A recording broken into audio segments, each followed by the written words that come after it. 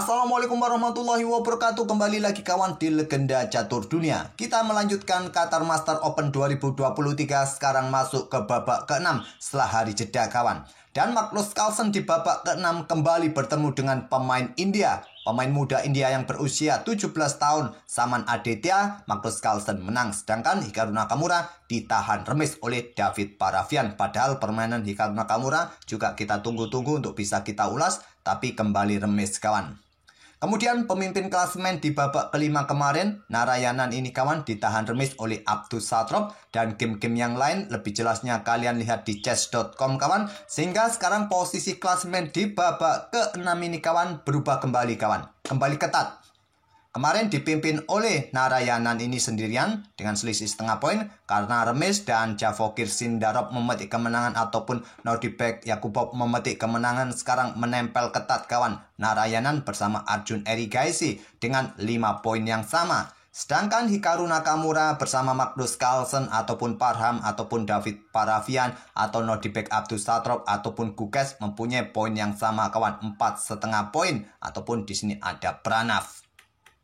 Lebih jelasnya kalian kunjungi chess.com untuk melihat komposisi klasemen sampai bawah. Mungkin kalian belum puas untuk melihat posisi pemain-pemain yang lain kawan. Kalian kunjungi saja chess.com. Oke, seperti biasa saya akan dahulukan permainannya King Magnus kawan. Berhadapan dengan pecatur India lagi. Dari 6 game yang sudah dimainkan, Magnus Carlsen melawan 5 pemain India. 1 game berakhir match dan game yang lainnya memetik kemenangan Magnus Carlsen. Kali ini lawannya adalah International Master Aditya Shaman dengan elonya kawan 2511. Walau dia mempunyai elo standar 2500 lebih kawan, tapi gelarnya masih International Master. Artinya dia masih kurang norma untuk mendapatkan gelar Grandmaster. Bukan masalah sudah menembus elo 2500 kawan, tapi pemain untuk mendapatkan gelar Grandmaster harus memenuhi syarat-syarat yang lain, yaitu seperti mendapatkan 3 norma kawan, memenangkan turnamen internasional, salah satu syarat juga untuk mendapatkan gelar Grandmaster. Oke, Carlsen pegang hitam dan Aditya Shaman mengawali dengan pion E4, pion E5, kuda F3. Setelah memainkan pion E5 ini kawan, Magnus Carlsen meninggalkan meja. Entah ada keperluan apa? Apakah HP-nya ketinggalan kawan? Atau dia lagi ingin ke toilet? Admin juga tidak tahu. Kalian kalau melihat live streamingnya, jelas di situ Magnus Carlsen setelah melangkah pion E5 tidak ada lagi di meja kawan. Setelah kuda F3 dan selang beberapa menit, Magnus Carlsen kembali memainkan kuda C6.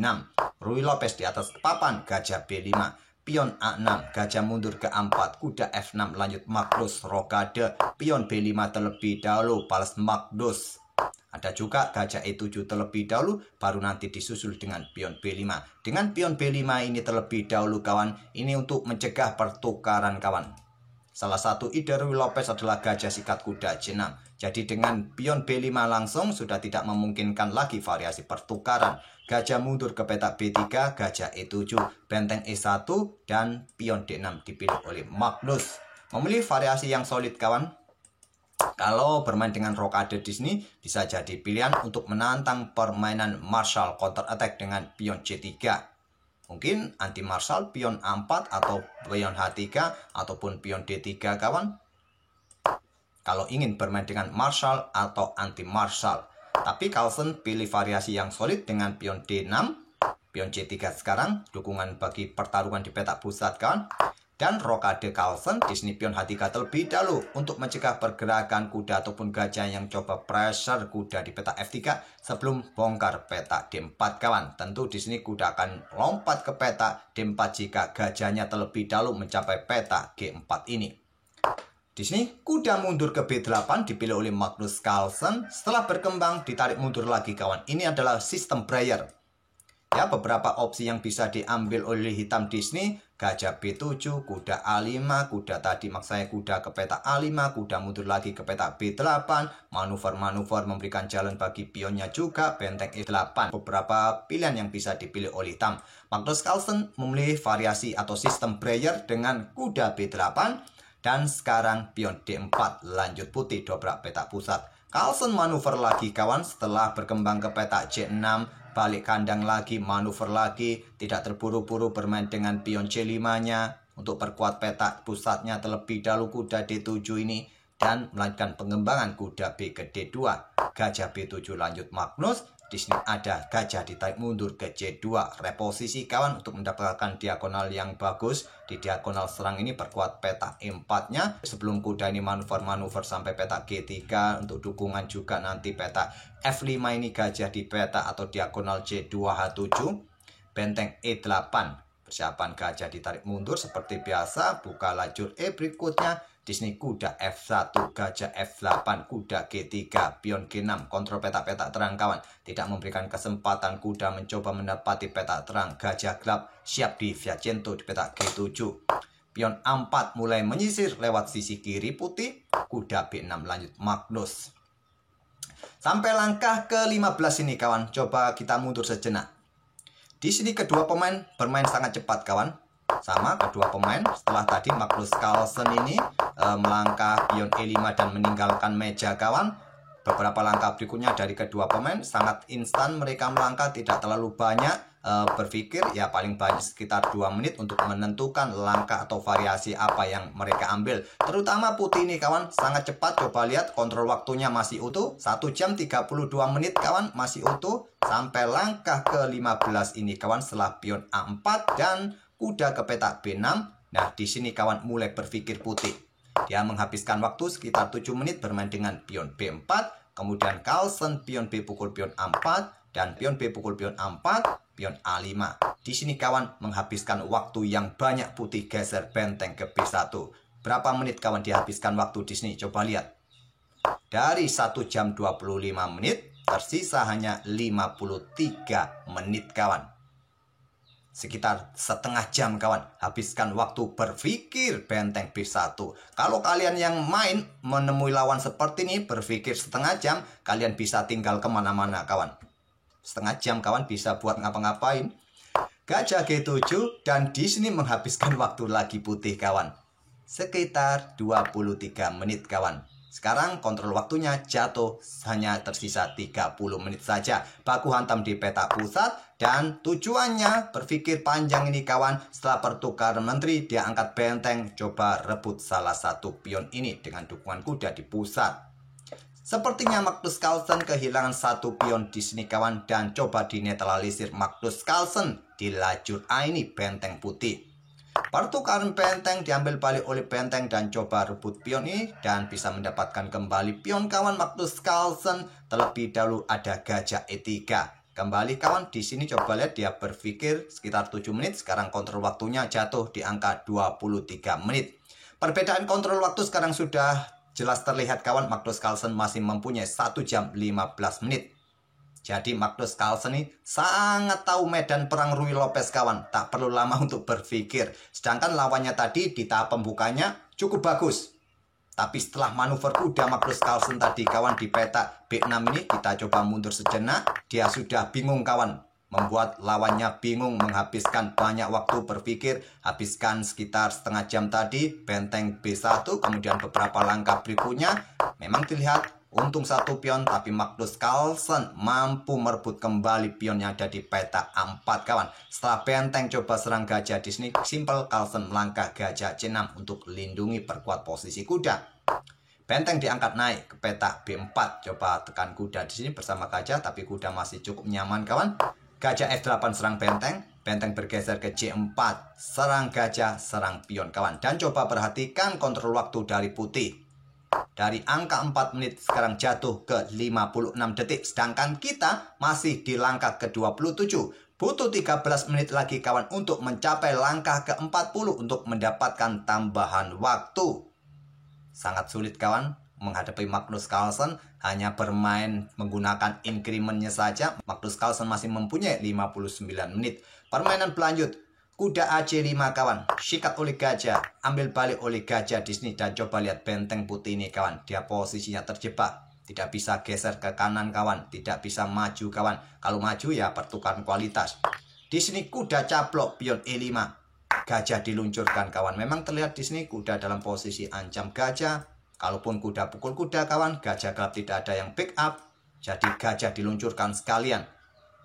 Ambil oleh raja. Kuda pukul kuda untuk jaga gajahnya, ancam benteng, dan benteng tidak mempunyai ruang banyak kawan. Bergeser naik ke petak gelap C5, pion F6, perkuat posisi kuda, berikan jalan bagi akses raja bergerak untuk mendekati benteng yang mulai terjebak kawan.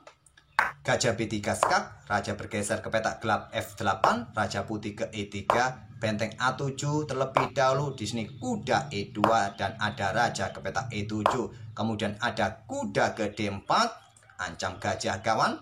Backup oleh raja sekaligus dekati benteng, terpaksa kawan benteng sikat gajah, ambil balik oleh kuda menantang pertukaran, dan di sini kuda B5 skak. Sepertinya benteng juga jatuh kawan karena kena garbuan di sini. Jelas kalau saya ya ambil saja benteng. Kalian setuju nanti setelah raja pindah ini kuda sikat benteng, tapi tidak kawan. Aditya Saman tidak ambil benteng. Dia coba serang kuda di sini kawan. Serang kuda. Blunder kawan ternyata. Ya mungkin kalau kalian melanjutkan dengan permainan seperti ini, mungkin bisa menahan remis Magnus Carlsen. Sebentar lagi, 2 langkah berikutnya kita mencapai langkah ke-40, ada tambahan kontrol waktu. Tapi memilih serang kuda kawan. Langkah yang sangat beresiko diambil oleh putih, ingin menang, ingin mendapatkan perwira. Ada benteng bergeser. Di sini selanjutnya kuda ambil pion C7, berharap usir benteng kawan dan mendapatkan kuda yang ada di petak C6 ini. Tapi ada benteng A5 kawan, serahkan kuda. Kalaupun begitu kawan, 2 perwira juga kena tusukan. Di sini kuda manuver ke E6, kuda E7 lanjut Magnus serang gajah, gajah ke C4, benteng A4 kawan. Di sini gajah bergerak, ancam balik benteng, benteng ambil pion E4 skak, raja ke D3, setelah kuda D5, lawannya atau putih menyerah kawan di langkah ke-43. Masih panjang dari ancaman skak mat, tapi sudah kalah kualitas perwira di sini kawan. Benteng siap melakukan aksi di sini, sikat pion berikutnya, ataupun ini juga putus koneksi antara gajah kuda kawan. Kuda entah mau lari kemana, mungkin sikat saja kuda yang di sini diambil balik oleh raja kawan. Dan benteng melawan kuda sudah tidak memungkinkan lagi bagi putih untuk memenangkan game melawan Magnus Carlsen. Entah kenapa kawan, padahal pembukaannya cukup solid juga dari Aditya Saman. Karena kudanya Magnus Carlsen tadi merubah segalanya, cara pikirnya dari Aditya Saman. Dari persiapan pembukaan yang cukup solid, akhirnya dibuat bingung oleh Magnus Carlsen dengan pergerakan kuda yang manuver-manuver kawan. Coba lihat. Kuda tadi goyang dari berkembang ke petak C6, balik lagi ke kandang, ke petak D7, kemudian beberapa langkah berikutnya ke petak B6. Nah ini membuat bingung Aditya Saman kawan. Akhirnya dia banyak menghabiskan waktu. Akhirnya kalah juga oleh Magnus Carlsen karena tertekan waktu, menghabiskan banyak waktu untuk berpikir di middle game tadi. Selepas pembukaannya cukup solid, dibuat bingung oleh Magnus. Nah, kesalahannya tadi di sini tadi kawan, harusnya sikat benteng juga untuk mengawali permainan M-game, gajah versus kuda, dan berharap bisa menahan Magnus. Tapi sayangnya blunder lagi kawan, memilih untuk serang kuda untuk mendapatkan kuda yang menjadi miskalkulasi tadi beberapa langkah berikutnya di sini kawan.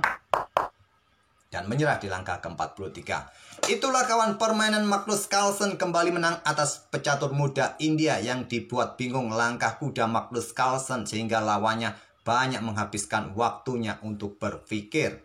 Semoga jadi pelajaran kita kawan. Memang kalau tahap pembukaan kita siap, matang, mapan, kita tidak terlalu banyak untuk menghabiskan waktu di tahap pembukaan. Ya langkah mengandalkan memori kawan. Kita hafal banyak pembukaan, kita hafal teori-teori, cukup langkah cepat yang dilakukan oleh kedua pemain tadi. Tapi sayangnya catur bukan masalah memori saja kawan. Taktik, ide, kreativitas dibutuhkan untuk mendapatkan kemenangan. Oke, kita akan bertemu di video-video berikutnya. Terima kasih sudah mampir tiap hari. Bagi kawan-kawan yang baru mampir, jangan lupa kawan, tombol merah subscribe itu tidak hanya untuk dilihat. Kalian bisa pencet untuk merubahnya menjadi abu-abu. Oke, terima kasih. Wassalamualaikum warahmatullahi wabarakatuh.